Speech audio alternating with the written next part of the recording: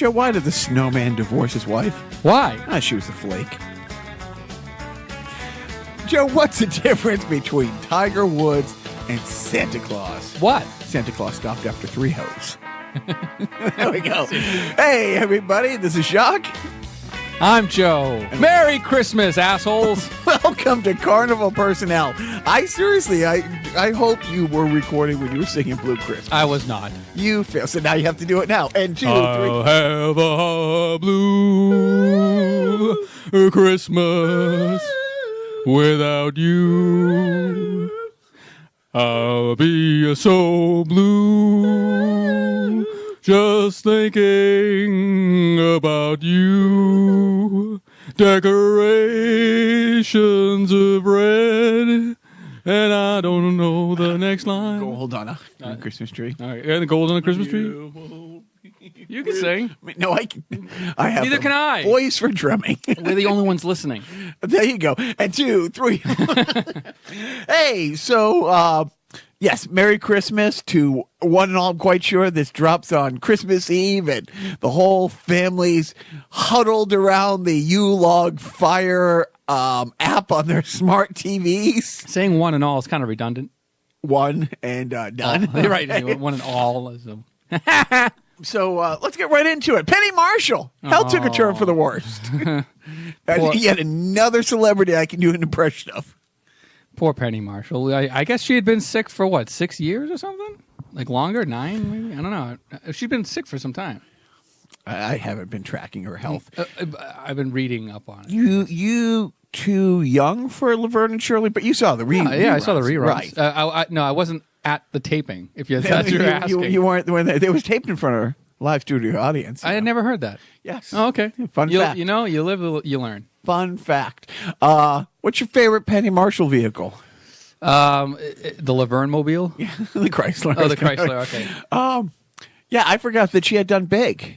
Because me too. My favorite thing is League of Their Own. It's a League of Their Own. It's one of. It's definitely my second favorite baseball movie. It toggles between Bull Durham. Yeah, Bull. No, not even. Really? Field of Dreams. Oh, Cry Like a Baby every single time. The Natural. I mean, there's lots of great movies. Want to have a catch? But I think the line I quote most from any sports movie, including Slapshot. Still crying in baseball. Are you crying? Yeah. That is my favorite. Yeah, but I forgot that I knew that she did big, but I don't think I really ever did know that she did big, and I've seen Big several times. She also directed Awakenings, the Robin Williams, Robert De Niro movie, which I liked. I liked that movie a lot. Yeah, I didn't know. She had been a director, but she didn't direct a ton of movies. She kind of, did several movies in the 80s and 90s, and then TV, and she was working on, and I didn't even know that, I don't think many people knew this, that she is working on I texted it to you, a documentary on a basketball player. Is it... Oh, you did. Oh shit! I'm gonna. I suck. But Laverne and Shirley was. I mean, I am of the age where when Happy Days and Laverne and Shirley came on, everything completely came to a grinding standstill. And between her and her brother Gary Marshall, probably one of my favorite, Hollywood families, just between, the stuff that the two of them, had done.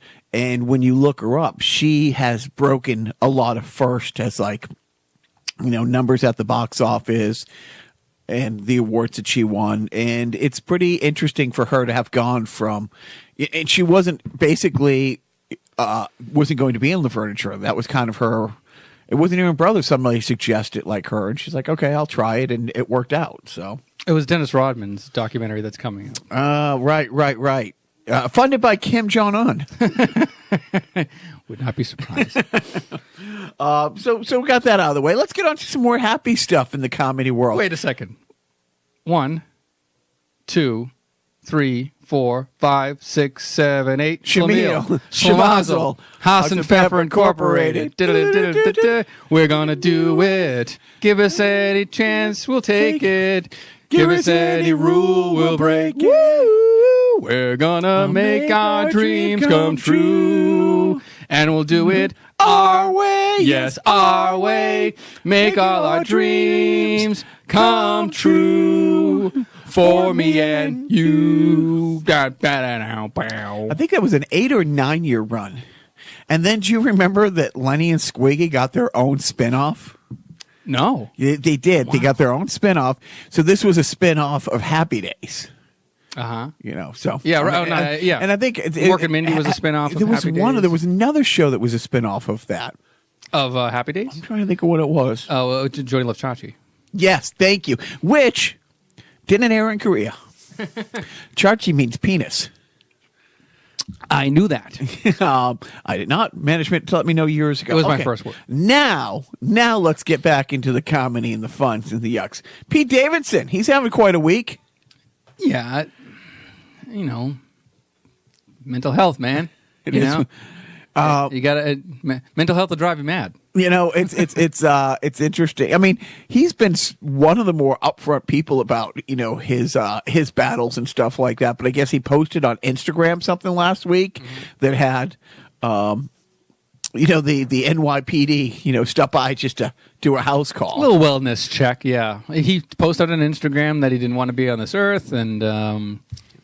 He just wanted to be good and do the right things, but, I'll show you all kind of stuff. And then he deleted it. And Ariana Grande tried to go to 30 Rock, but apparently Pete Davidson told security, to not let her into the building. He did not want to see her. But so it's one of those classic, cries for help. It's obvious, he wants to be known. He wants it to be known that he's going through something. But he doesn't want the pity. So it's that, it's called crazy. And I understand it completely, It's like, what's the matter? Nothing. Right. It'd be totally insensitive to say, we all have women in our life. Of course we know crazy. Yeah, you got to take it there. My sensitivity training. So it's Christmas Eve. Let's talk. I know we've talked a little bit about Christmas specials, but I get here, and Joe wanted to talk about Christmas specials as we're getting ready to do the show. So what I decided to do is have this little parade, and then Joe read the Wikipedia page about Scrooge to rain all over it. We talked about Scrooge last week, though. But we didn't talk about all the backstage drama that you had brought to my attention. God. Yeah, and my dad left when I was 6. You want to talk about that for a little seriously, I know. I just felt bad because I was watching Scrooge after our podcast aired last week, and then I'm like, wow, I don't know what I'm doing. And I don't know who I am. I don't know what I want. And I don't know what the hell is going on. I got Frank Cross's name wrong. I said that Bobcat Goldthwait took the Sam Kinison intended role. That was not true. Sam Kinison was supposed to be Ghost of Christmas Past, which went to David Johansen, a.k.a. Buster Poindexter. Not that stuff when you were telling me about but I know about Bill the real Murray. the real behind the scenes. Bill Murray took a beating. He took a beating, and he was into his craft. But he did apparently felt rusty coming back from essentially a 4-year film hiatus or acting hiatus since Ghostbusters. He did a cameo in Little Shop, but this was his big return to starring in a major motion picture, and he was feeling a lot of pressure. Apparently, he worked every single day, whereas other actors were coming in and doing 1 or 2 days here and there. He was coughing up blood at one point from all the fake snow that had been used. Carol Kane, because Bill Murray insisted that she really hit him on occasion during those takes. Occasionally, you said, didn't she rip his lip off? Yeah, she tore the inside of his lip because she pulled down on it too hard. He actually, I think she hit him with a toaster for real at one point. Next time, try acting. What was it? What's they saying? Acting is easy. Comedy. No, death is easy. Comedy is hard. Ain't that the truth? Ain't that the truth? And then I guess Richard Donner and Bill Murray didn't see eye to eye on a lot of things. Apparently, Bill Murray said in an interview only one of the scenes, and he didn't really mention it, but one of the scenes was maybe his, quote unquote, his, in the final cut. So apparently if Bill Murray had his druthers, we would have seen an entirely different movie. And it's another one of those Christmas movies. Same with, it's for me, like Scrooged, It's a Wonderful Life is 1A. I toggle between the two, which is my favorite one.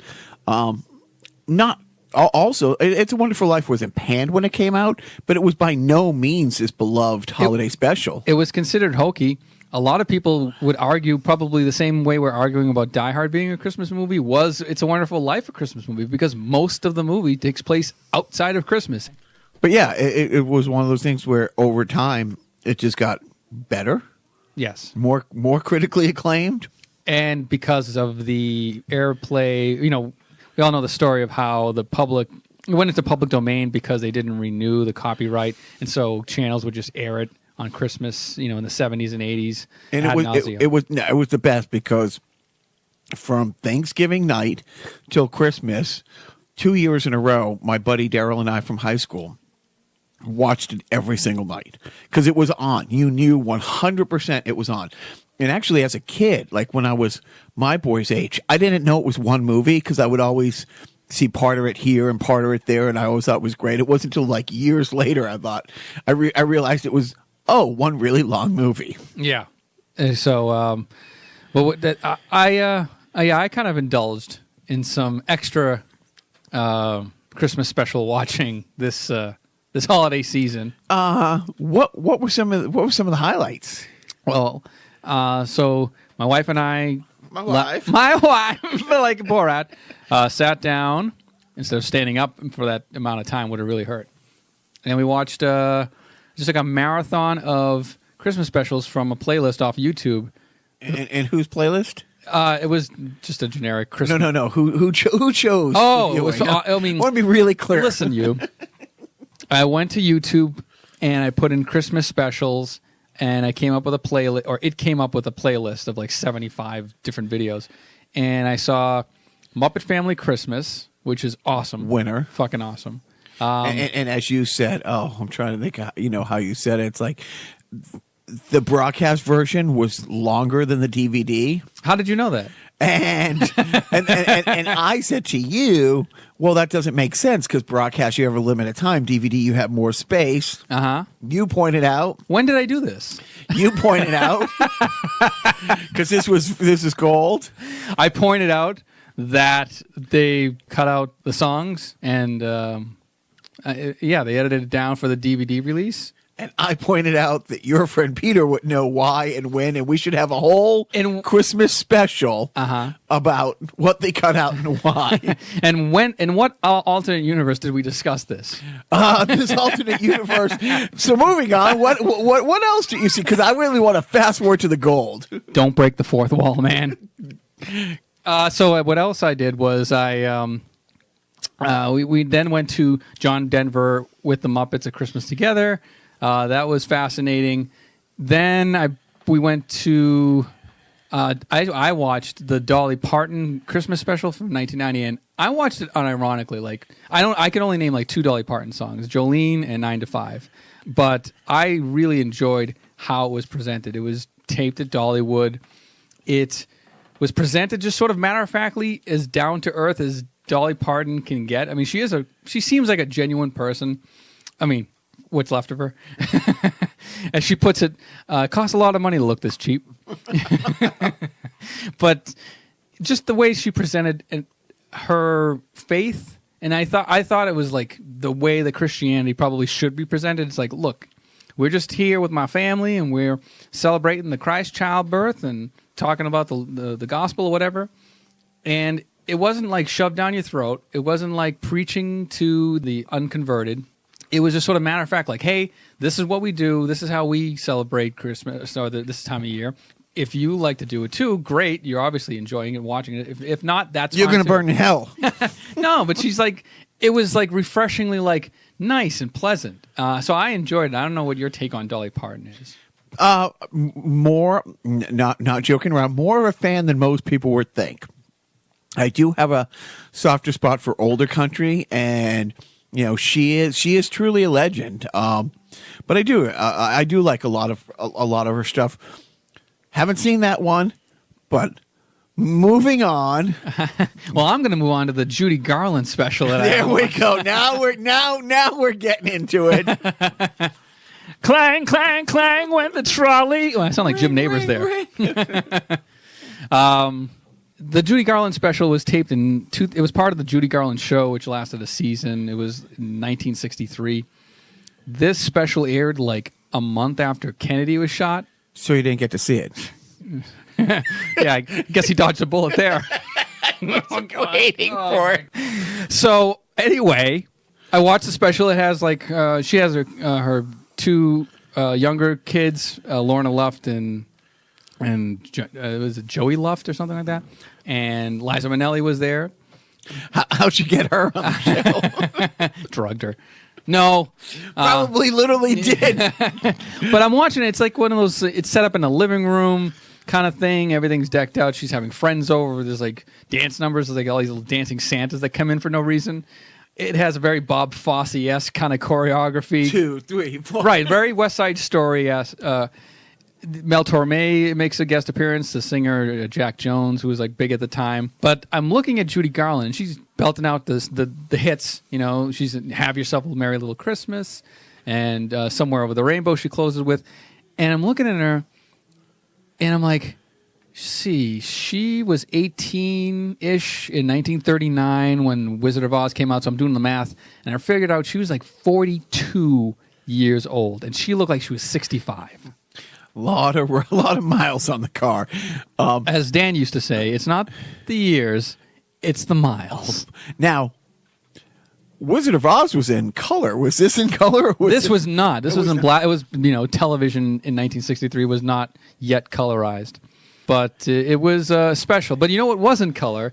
The next special that I moved on to. And that was? I'm going to take you back to 1976, Provo, Utah. A little thing called the Donny and Marie Christmas Special with special guests Andy Williams, the Osmonds, and Paul Lynde. And again, when we've talked about the Osmonds and Bruce Jenner, Valanche, who wrote all these specials, and he's talked before how the Mormon Church paid and bankrolled the Osmonds and all these specials, and their censors, their on-the-set internal censors, were so much worse than the network. And it's still, when you were telling me about it, could you remind me what Paul Lynde did on the special? He played a mall Santa. And they thought that was okay. Come sit on my lap and see what comes up. Or pops up. Damn it! You're lying, George. You're lying. Hey, you. Sit on my damn lap and let's talk about what pops up. Do you really think I should swear? Yes, definitely. God damn it, George. Swear. So there was a flashback sequence when they go back to Donny and Marie's childhood. I think he was 14 at the time in the flashback, so it's still a little weird. But guess who he asked to sit on his knee first? I'm going to go out on a limb here and say Donny. Yes. Was he wearing white pants? Who? I don't even know Paul Lynde had pants at all. I did not recall. But yeah, imagine you were kind of alluding to how they got Paul Lynde. Right. Well, he wasn't out then. Oh, the roaring 70s. Yes. So that was a whole night of this. An entire evening, yes. Yes, it was classic television, and looking forward to watching more specials. We're watching, which one is this we're watching now? We got on the background.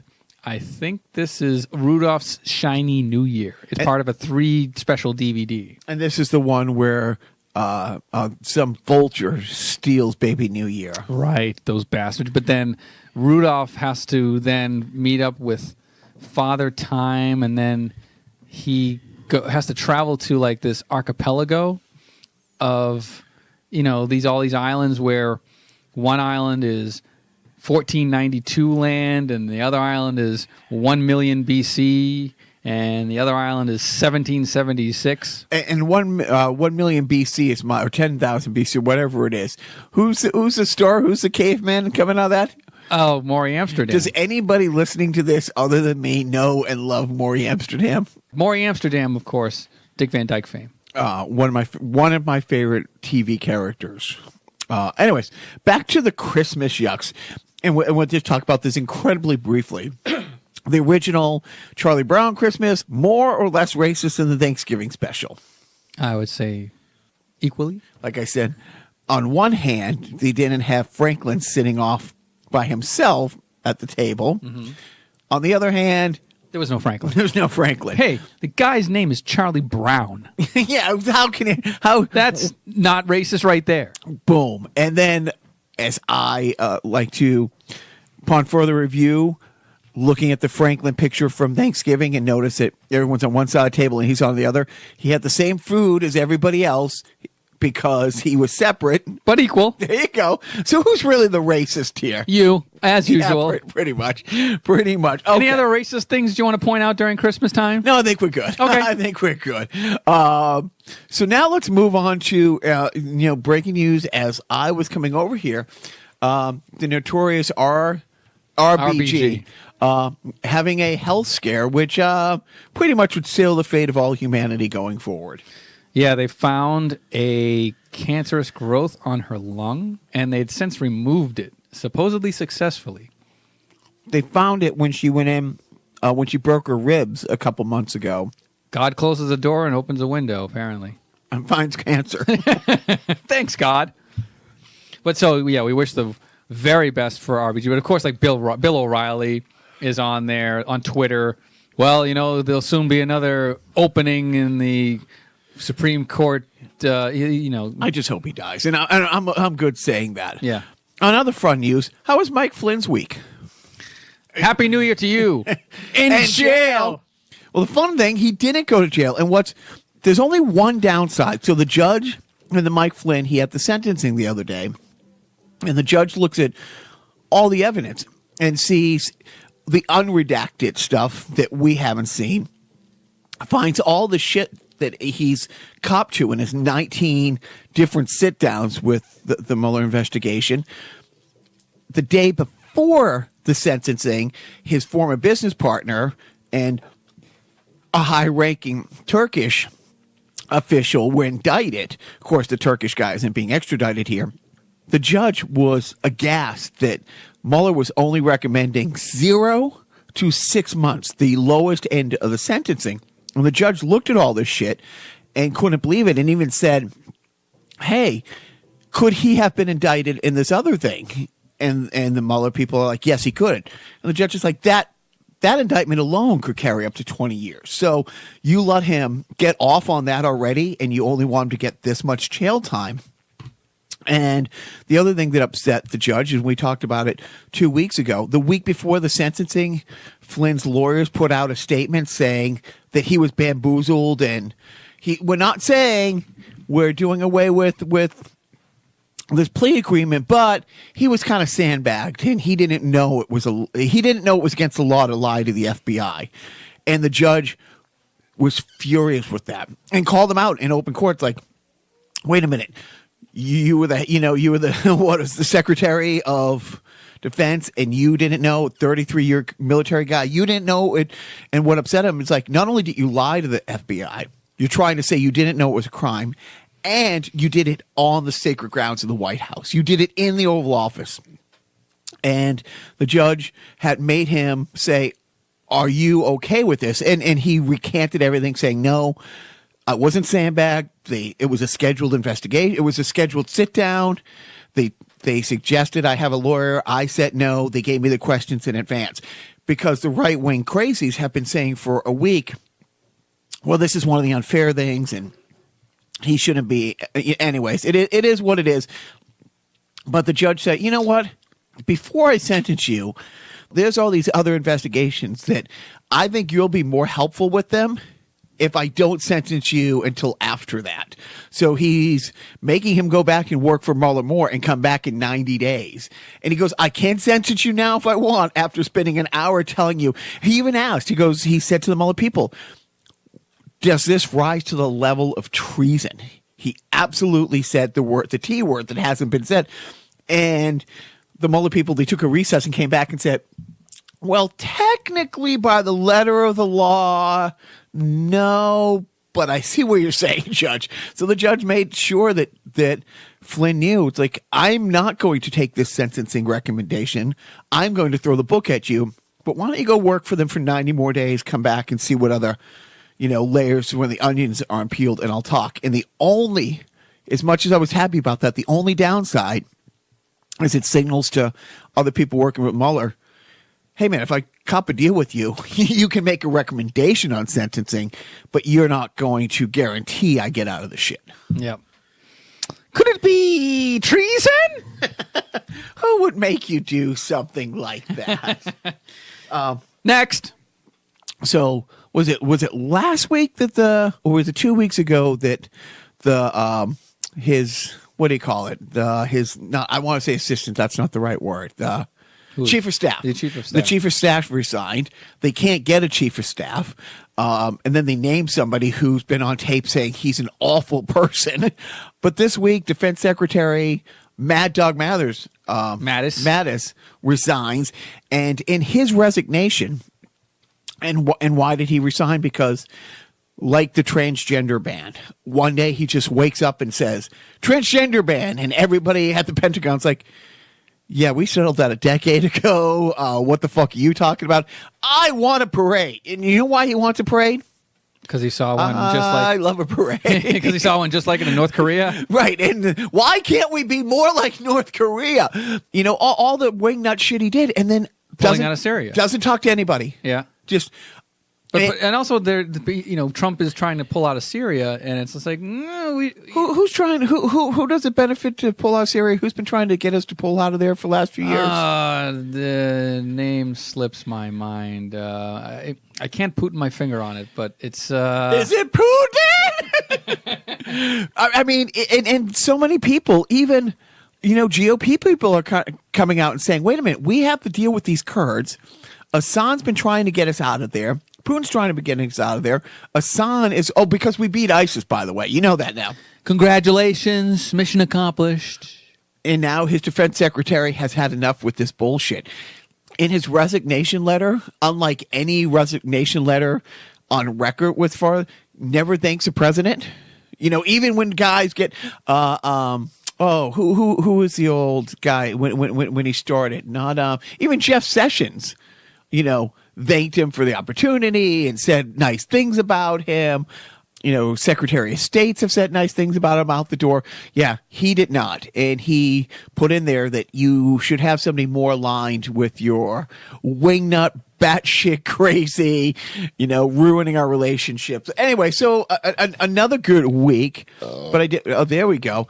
Was it grounded at first? Yeah, that gets behind the bag. It's fucking Christmas, Joe. It's fucking Christmas. You honestly, Joe just got. I don't know if you could hear. Joe just got up, came over, kicked me in the nuts. Get over it, man. We won 3 cents. We won 4. Was it 3? No, wait, 4. Oh, right. Oh, yeah. Oh, my God. When did we win that last one? By we, the guy who's not watched baseball games in 7 years. No, I mean, yeah. I suck. Yeah, well, for that comment, yes, you do. Anyways, this minute in Bill Buckner history was brought to you by the letter "I Want to Die." I love the last minute. I think only you and I and maybe 3 other people got what I was talking about. Oh, everybody got it. Right. So the Trump Foundation. What about him? Aren't they great? Having a rough week. Why is that? Oh, they got Brewster's Millions things, right? They pretty much. And here again, we said it's like during the election when it came out that, hey, there's been no checks written by the foundation going out. A lot of checks coming into the foundation. And what I love is these are all state crimes. And the Attorney General of New York is digging through the stuff. They've gone back far enough and found that it's just been a piggy bank for the family. And people like Vince McMahon had donated $5 million, which they turned around and they paid. Literally, one of my favorite line items is for Don Jr.'s Boy Scout dues. And I wish I was funny enough to make that up. But people on Saturday Night Live are looking at that thinking, oh, fuck, what can we do with this? The absurdity. And during the election, like, one of the things came out that the foundation the year before spent $25,000 on a portrait for Blotus to be hung in one of his properties. It's like, really? That's a charity foundation, huh? Uh-huh. Really interesting. But no, the Brewster's Millions things is they have 30 days to spend all of this. It has to be approved by the AG's office, too. They can't just say, oh, we're going to give it to the, Sean Hannity Trust for Wayward Children. Like, it has to be, again, no more. They can't pay for Barron's Boy Scout, like, jeez Louise. Not a drop. Not a smidge of temperature. You like that? So that's it. But now let's get to some of the, well, I don't know if it's the good stuff. As this drops on Christmas Eve, is the government shut down? Has the hashtag Trump shutdown happened? No, and at least not according to one Donald Trump. It's a Democrat shutdown. Didn't you know? Which we said this. It was a 3-panel comic I saw a year ago. It's a guy riding a bike, and he's saying, the thought bubble is, we have the White House, we have the House, we have the Senate. We got this. The next panel, he puts a stick in his spokes. The third panel, his bike is demolished. He's bleeding, holding his knee. And it says, fucking Democrats. So wasn't it Trump last week who said, I'm proud to shut it down? Yeah, I'll take the hit for this. I won't blame the Democrats. And I think he said that to... he's a Democrat. What's his name? Chuck Schumer. Was anybody else in the room? Nancy Pelosi, maybe? Anybody else? Mike Pence. A bunch of fucking camera guys on national TV. Flat. And are you paraphrasing, or is that the direct quote? I won't blame the Democrats was the direct quote. I'd be proud to shut down. And even Chuck Schumer's like, you'd be proud to put people out of work at Christmas. And, as we are sitting here so casually talking, it is Friday night at 7:00, and they were just hours away from it being shut down. Well, what I just learned before you arrived was that the House passed the bill. Well, actually, no, that happened last night. That was last night, yeah, right. The House passed the bill to... In the bill is the funding bill is the $5.7 billion for border security. Now it goes to the Senate, where it's probably going to die. Because the Senate needs 60 votes. Or do they? Well, that's it. Trump is trying to get them to blow it up and go to 51 votes. Which, here's the scary thing, is every Republican knows as soon as the Democrats, we are talking 2 weeks, less than 2 weeks, the Democrat, or 2 weeks. The third is when the Democrats are sworn in and they take over the House. And one of the first things on the agenda, yes, there's 17 open investigations and they're going to get to more. But their agenda is they want to reinstate the Voter Right Act. They want to do away with the 2010 gerrymandering bullshit and basically put in some stop blocks for this voter suppression and all the other shit that's going on, which means the election in 2 years, there's going to be... If you take away all the bullshit and the voter suppression and the voter rights thing and all the gerrymandering, it's a really good chance that the Democrats will not only keep the House in 2 years, but take the Senate. And do they really want a Senate that you only need 51 votes? Right. So that's the scary thing for them. And that's why even Mitch McConnell, as much as he's one of the worst people in the history, he's smart enough to realize, okay, if we change that rule now... But can they change the rule, pass the law, and then change the rule back before? Yes, they can. And that's exactly what's happening in Wisconsin. It happened in North Carolina 2 years ago. A Democrat won the governorship and the House on their way out, like the lame duck session, stripped all the power. Right, but I'm talking about changing the rule to a majority just for the one vote. And then before they lose... The first, I forget what cabinet position. One of the cabinet positions, when Blotus got into the White House, one of his first appointees was a former general and I'm trying to think of it. It's killing me. You have to have been out of the military for 5 years to hold the position because it's a civilian title. And this general had only been out of the military for 2 years. So the Senate they passed a law to waive it just for this one time only, and then they voted on it that you can never vote on this again. So they did. They changed the law just for them. But here's the thing, Joe. What goes around does come around. And if they do, and Mitch McConnell knows in 2 years, less than 2 years, we have an election in 23 months. And if the Democrats don't, do their normal, circular firing squad bullshit that they do, get their stuff together, and in the next 20 months, do something about voter registration, do something about voter suppression, do something about gerrymandering, they probably can do, some damage and take it back. And Mitch McConnell does not want to, go to flip it where, you only need 51 votes. Anyways, enough of that. One of the fun things that came out this week, please tell me you saw all over Twitter, Andy Richter.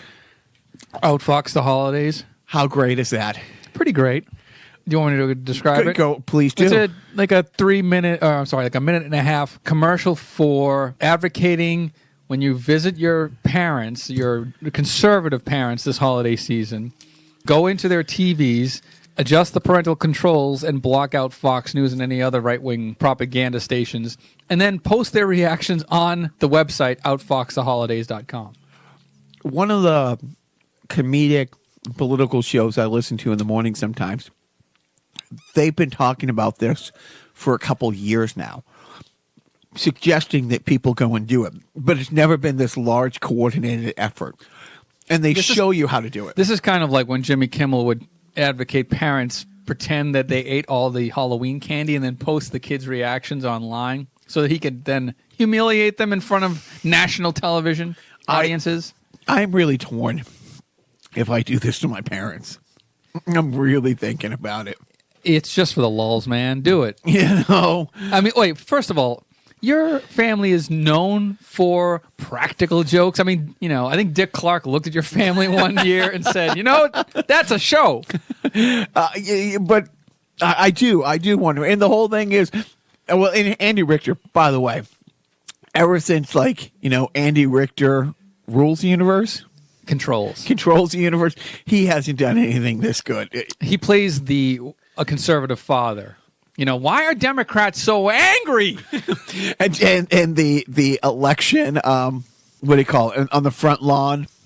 When people put the things on their front lawn that say vote for, it says Trump O'Reilly 2022 like wrong here. Yeah, but why, and then it's like, why do we have to talk about the inauguration campaign of the Trump Foundation? Why can't we talk about something more current like Benghazi? Like Hillary's emails. In which I wish I could take credit for this. I called Joe when I saw it on Twitter the other day. I'm for building the wall with Hillary's emails because nothing can get over that. I butchered it. You get the idea. Trump should build the wall with Hillary's emails because you can't get over them. Da-da-da. Anyways, now that we both butchered that. Whatever. Hey, what's the most important aspect of comedy?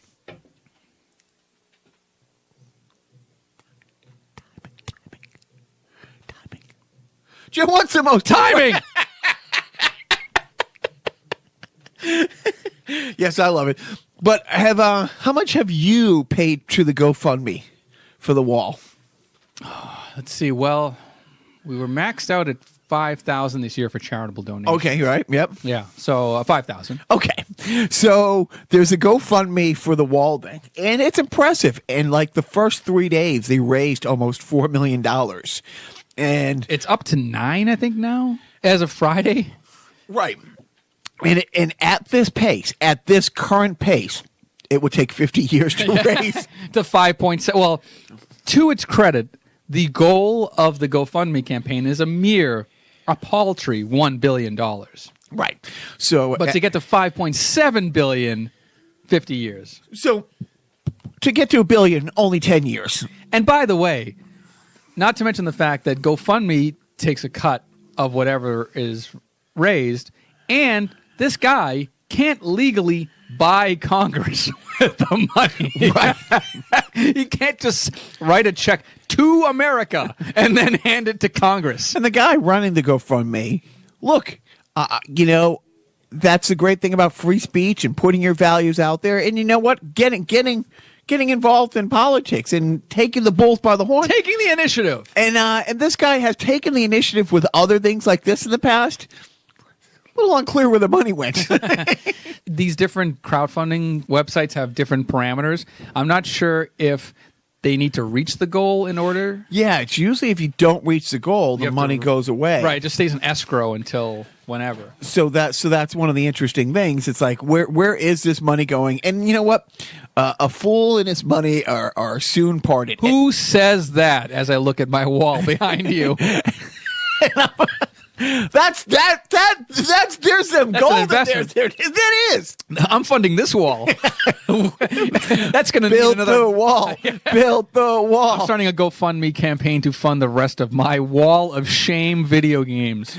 And no, it is just hysterical when you see, you know, them willing to do this.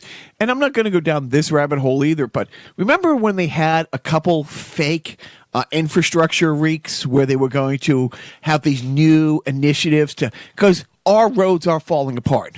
Our bridges are falling apart. We have, of all the industrialized nations in the world, no, not the worst healthcare. Stop that, Joe, and not the worst education. No, a rail system. Like our infrastructure is suffering, is antiquated, is outdated. Highways. So yeah, so let's go build this wall. You know, really. Anyways, enough of that awful. I'm so tired. Can we take a break? Let's take a break. And while we break, why don't you listen to this quaint little defunct sponsor of the week? Take a good look at Gimbals. It's Gimbals after Christmas sales and clearances. Sportswear, sweaters, pantsuits, tops, jackets, coats, we have lots.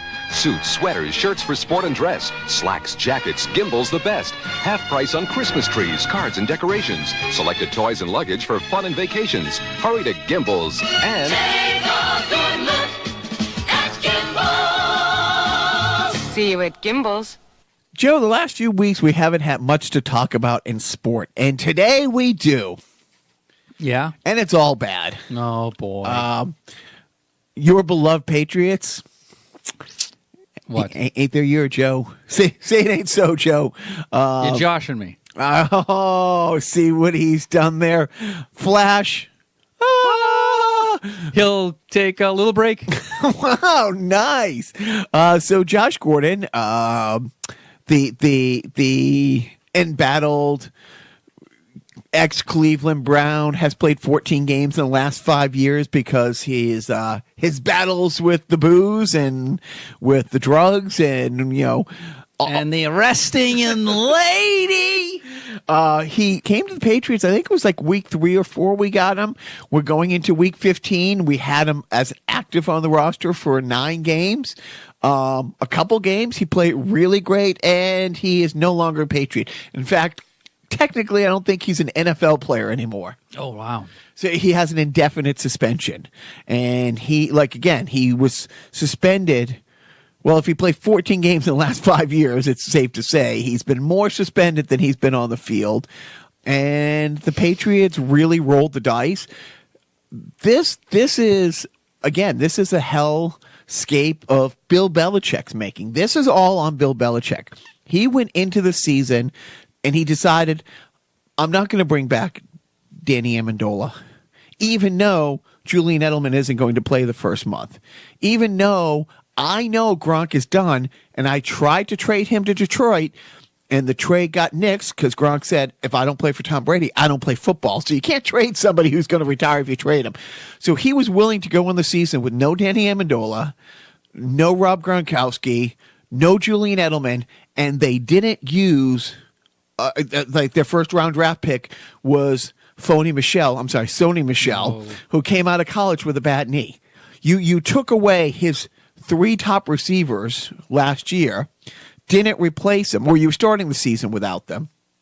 So Josh Gordon luckily was having trouble in Cleveland, and we got him for We gave them a 5th-round draft pick. They gave us a 7th-round draft pick in exchange for him. So you had him for 9 games, and 2 weeks before the playoffs, Something happens. Originally it was a mental health break, but now it's... No, he had said posted out, I'm stepping away from football for mental... Right. So That's he what he reached said. out to Pete Davidson, who said, hey... No, he just saw it on the news. Oh, is that what it was? Okay, all right. But yeah, mental health. fun fact...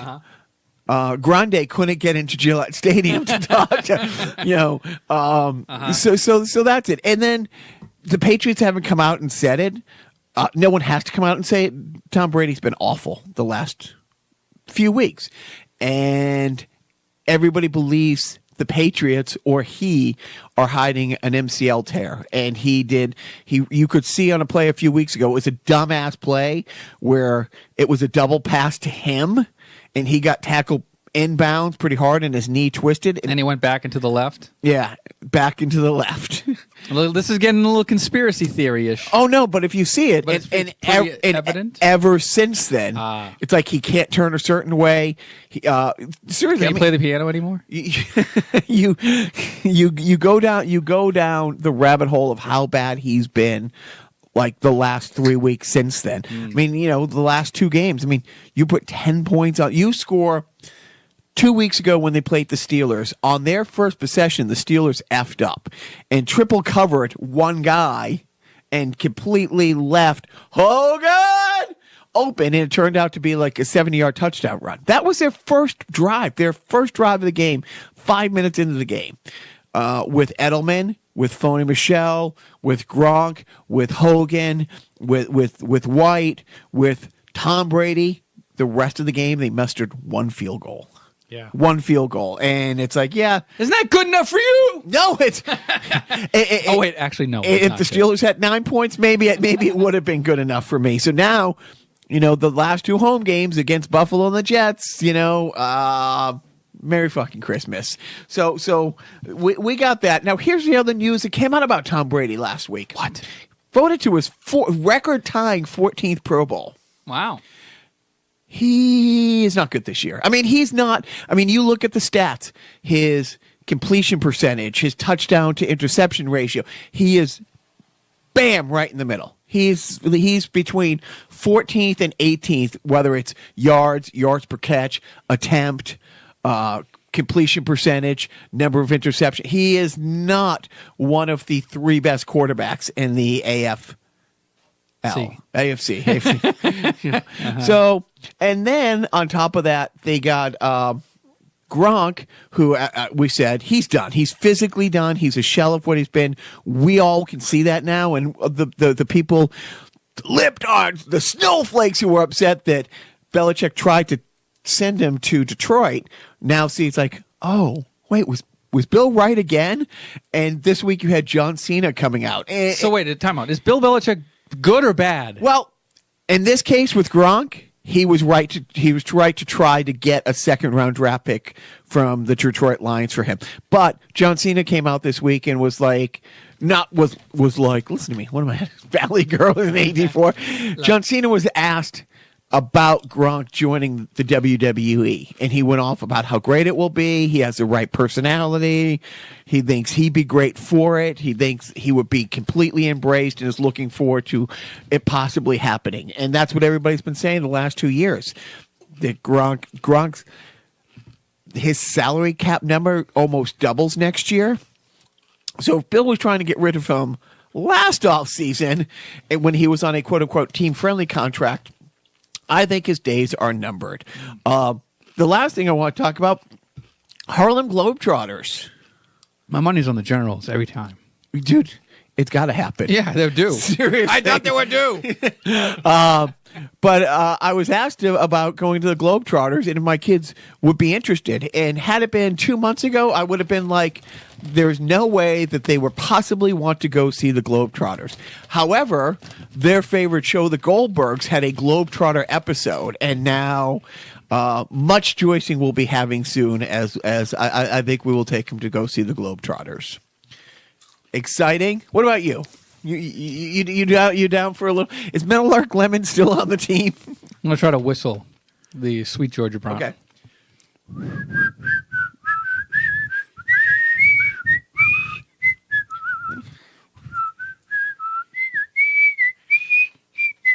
I'm going to throw a bucket of confetti on him. And this is where Joe gets pantsed. And All right. Enough of this nonsense about yucky sports. Ew. Joe, What?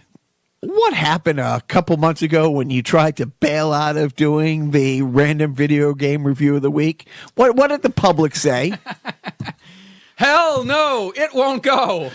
And as we sit here and chant, add to your wall, hey, who's paying for that wall? You know My kid's college foundation. Mexico's not, but Uh-huh. yes, the public outcried, and now I'm name checking our good friend All-Star Tommy, who actually reached out to say that you helped him in a real parenting moment. Go on. Joe talked at length about Red Dawn Redemption. Red Dead Redemption. That's what I 2. said. Red Dawn Redemption Which is the I didn't- sequel to Red Dawn. I don't know. which I guess horses kick you if you get too close to people. I guess I haven't played it. You haven't shaved in the game. I haven't bought the game. Okay. But you talked about it at length, and when our friend All-Star Tommy's daughter saw a video on YouTube, he was able to have a father-daughter conversation thanks 100% to the knowledge that you dropped. Wow. Well, you're welcome, All-Star Tommy. That's the gift that keeps on giving the whole year. Is there any review you want to do before the random one? What's I don't know. What? I will say before you go, sorry to interrupt, but I'm not sorry. Sorry, not sorry. I really don't care. Do you? I noticed I was looking for something from a text from you, like either a picture I sent you or you sent me, and I noticed you had sent me a video clip, The Completionist, about Arkham Origins. Yes. Never got to watch the whole thing, or never watched the whole thing. Watched the whole thing yesterday. It was fantastic. No, this guy makes bank. Like he's got like a staff of people. A staff. Yeah. Because on the game, there's a multiplayer aspect of it so all the things that got panned about the game was a little glitchy, and it turned out to be one of those things where early on, because when I replayed it a couple months ago now, I liked it. Yes, there was a couple glitchy parts, but I guess one of the things that got panned a lot was the multiplayer, where you could play as bad guys and, different things. It was only still available on the Xbox series. Yeah. So this guy had his whole staff had to go out and borrow and rent Xboxes because there's not enough people worldwide to be playing it.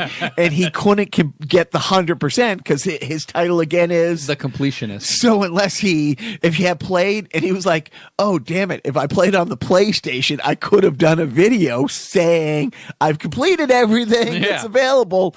So he did that. And then the hard thing is, there's a I Am the Night mode where you can't die once. There's no restarts, and that's it. So he said he had to do about 12 times. But it was a really great video. I'm gonna, Yeah, he does a bunch of videos, like for new stuff and obviously old stuff, and even like real retro stuff. But I just wanted you to see the thumbnail so that you can see that there are other people out there. He's getting paid to do such things, but to each their own. And then I thought, it's like, yeah, if it took me, not playing 8 hours a day, but it took a couple months to do the whole damn thing, unless he's having his staff actually help him do that. I think for the most part, this guy's name is Gerard, and he plays, like he actually live streams. When he's recording the video, he'll live stream him playing, and it'll be like 8-hour live streams. Wow. And he's not like this like PewDiePie kind of guy that's like, in the stratosphere of YouTubers that's like douchey. He's kind of like just successful enough where he gets the endorsements from like he'll go to like Nintendo. Like Nintendo will fly him to events to do things because he's just influencing enough, but not like a megastar, Right. So like he's, I want to say down to earth kind of, but he's like, he really does play the games. It's not like he has like a staff of 30 people, like, play my game, and then I'll go on and make a video and take the lion's share of the profits. He's a good man. I love him. But yeah, I'm glad you said it. It was great. There you go. So now there's Christmas. Are you opening anything tomorrow that we haven't talked about yet under the tree? Besides my wrists? No. No. The Judy Garland Christmas special didn't inspire you to limp on another year. I gotta keep on keeping on. I don't know. Like our family's moving on. Like we're getting older. We're like my older son's 18 and 13. But is there a game that you're that I'm looking forward to playing? No, I'm not really. No. Well, I mean, what are you going to be doing to avoid your family after the first 10 minutes Christmas morning? Probably watch a marathon of completionist videos. I don't know. I'll figure something out. I've downloaded a couple of things. I'd like to get a new computer eventually so that I can, my 12-year-old Mac is kind of limping along. But, gosh darn it if I don't have to keep buying computers from my other kids whose computers keep breaking every 2 years because that's the way things go. That's how they get you. So anyway. Now we'll have him. We'll have the guest lead singer of Dan Gray and Beyond It, who's right here. Squish, don't look. Just go get a video off that wall. He can look. It's me that I can. Look. Yeah. Don't show Joe's. Grab one of my old any game off the shelf. I'll just avert my eyes. So like the Ark of the Covenant. And look away. No matter. In my one moment of bad parenting, we've allowed my little guy to come down here. Oh, you got it. Okay. What brand? What generation are we looking at? It's a PS3. That's a PS3 game. All right, so I'll look at my PS3 section, and I'm going to say Uncharted 2. See? Huh? Right. Well, there's something missing between Uncharted 1 and 3. Yeah, but the fact that you can see that far, I'm envious. Right. I actually have like a little camera under the table a little upskirting there. Uncharted 2, Among Thieves, the original PlayStation 3. Well, actually, the greatest hits version from PlayStation 3. I have not played this version. I'm sure it's fantastic. Maybe that's what I'll do over Christmas break is catch up on a little Uncharted. And by catch up, I mean actually playing the damn Have you games. ever played any of them? I played Uncharted 1 and I think 3 a little bit, but like I don't get that far into it. I kind of stop. Once I get sleepy, I turn it off, and then maybe I'll get back to it. Maybe I'll just ignore it for about 3 months. Uncharted 2 I haven't put in yet. So you'll watch completionist videos. That's it. I mean, it's like, I won't play, a full 60 minutes of football, but I'll watch others play 60 minutes of football. It's that sort of mentality. In your life, collectively, have you played 60 minutes of football? Yeah. Okay. All right. Yeah. All right. Yeah. You want to fight? Sometimes, actually, yeah. And we're not going to bother looking this up because it's Uncharted. It's Uncharted. It's like $5 or something, whatever. Dare to dream. I'm guessing 420. 420, man. Yeah. You know what I'm talking about. What have you watched this week? Other. Yeah, you know what? I think you covered everything you watched. Right. I mean, how much more do people want to hear about what I've watched this week? What have you been watching? So I'm still on this kick because I recorded a bunch of movies I told you last week on Turner Movie Classic, like these old Turner Classic Classic, 6 of one, 2 dozen of the other. No, North Dakota. Anyways, so I watched another. Yeah, I guess it's a classic movie, and they spent money. Is it owned by Turner? Yeah, I believe so, and they look great. They're restored. And here's this 1938 movie. Oh, Goldie Goes to Hollywood. Small town girl from Buffalo, because there was a time Buffalo was a place, like Buffalo and Albany, New York, and Lowell, Massachusetts. Right, we're seriously like, wow, I'm going to move to the big city of Albany. Did she shuffle on up to said Buffalo? She started there, and she wanted to get to Hollywood and to be an actress, and she ends up hooking up with an unscrupulous guy to rig beauty contests around the country, where he was a big promoter who would go to town the day before and talk the town into having this big beauty contest like next week, and these people will come here to participate in it and see it and blah, blah, blah. And the prize money was always, $1,000 or a trip to Hollywood, which I couldn't get over that that's not what hyperspace looks like, because I'm watching it thinking, $1,000 could get you back and forth to Hollywood 24 times. What broad would not figure this scheme out? Not good at math back then, apparently. And making sandwiches, however. Stop it. Stop it. Fantastic. But no. So this girl, could speak French, so she would end up becoming friendly with the mayor of the town, who would make sure she won. And we're gonna go to dinner tomorrow night after the competition. I can't wait, and blah blah blah. And then he would make sure she won, and then they would go to the next town. And she was really trying to get to Hollywood, and the unscrupulous guy won it. Anyways, in the beauty pageant in Boise, she shocked him because she said, "No, I'll take the $1,000, not the trip to Hollywood," because that was his scheme. And keep the whole time her small town boyfriend was following behind, trying to find them and talk her into coming back. She gets to Hollywood. She wows a producer. She just gets to sign a contract. She's gonna start his career. He shows up, and he had gone to a printing shop, her boyfriend, and he made it look like a small article from a local newspaper where he was wanted by police because he was in some kind of check writing scheme, and he had to do it to have the money to come find her. And he shows her the article. "You love me that much? I don't need this Hollywood thing. You're my contract for life," and hugs him. And then the movie just ends. And I'm like that's the way it was. But like I said last week, these movies would just end. No build up to the end. A build up and then just end abruptly. And I'm thinking, wait a minute. So he frauds and scams her into guilting her to leave her hopes and dreams and go back to Buffalo. I like how she waited till she got to Boise to ask for the $1,000. I'm here. I might as well stop while I'm ahead and get cash in my chips. Well, that's the thing. The guy kept saying, it's if you don't keep doing the scam, I'll turn you in for cheating all these people. And it's wait a minute, but you would be turning yourself. But in every competition, he was the MC, and he would make the same joke. It's I just like to say, if I had a vote, I'd bring all of you to Hollywood, and I go with you. Ha ha ha. It's very, very, very 1938 progressive.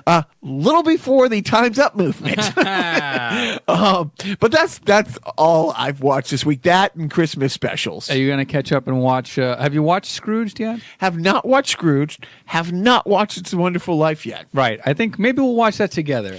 I am thinking that's I think aside from bathing each other, that might be the most embarrassing thing that we could possibly do in each other's presence is watch It's a Wonderful Life. No, I think that Trump's bathing. I think you got the loofah ready, the falafel or whatever. What is your parenting tip of the week?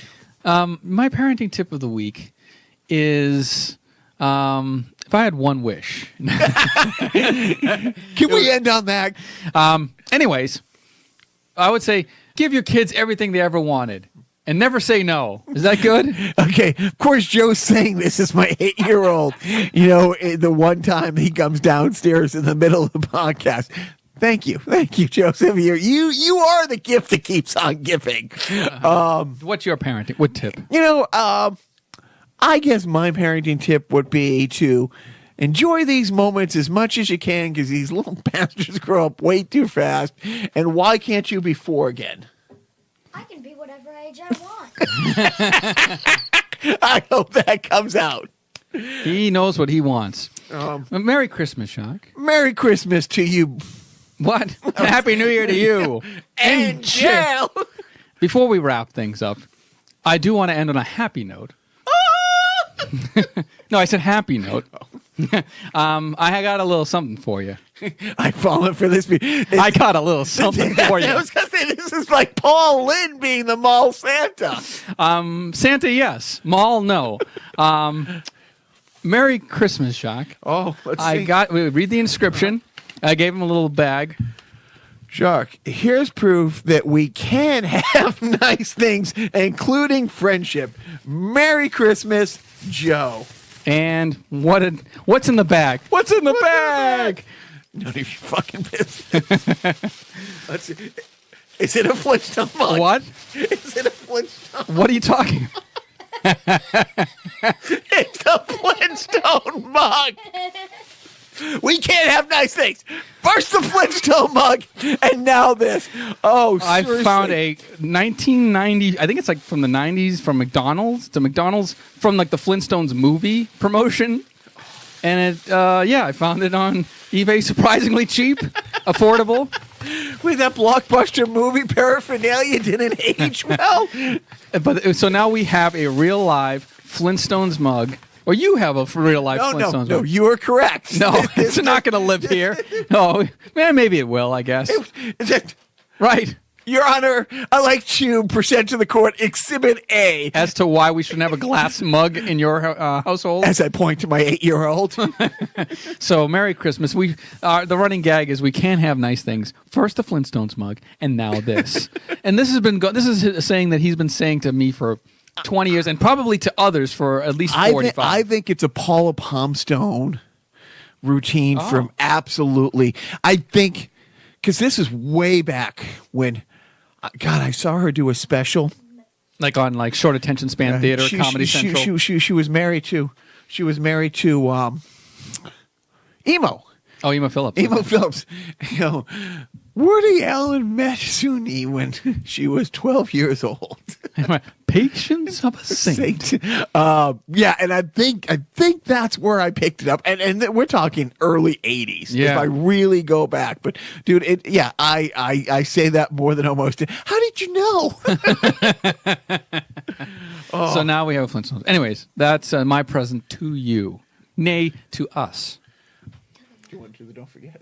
What do you? Wait, I just want to say one thing about there's something it's Get on mic. finally made a cupcake milkshake game.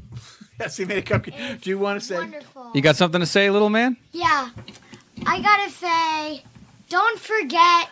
Ding, fries it done. Ding, fries it done. Ding, fries it done. Ding, fries it done. I gotta run. I gotta run. I gotta run. I gotta run. I work at Burger King making flamboyant Whoppers. I wear paper hats. Would you like an apple pie with that? Would you like an apple pie with that? Ding, fries it done. Ding, fries it done. Ding, fries it done. Ding, fries it done. I gotta run. I gotta run. I gotta run. I gotta run. Don't touch the fries in hot fat. It really hurts bad, and so do skin grafts. Would you like an apple pie with that? Would you like an apple pie with that? Wait for the bell, can't hear the bell. Where is the bell? Wait for the bell. Ding, fries are done. Ding, fries are done.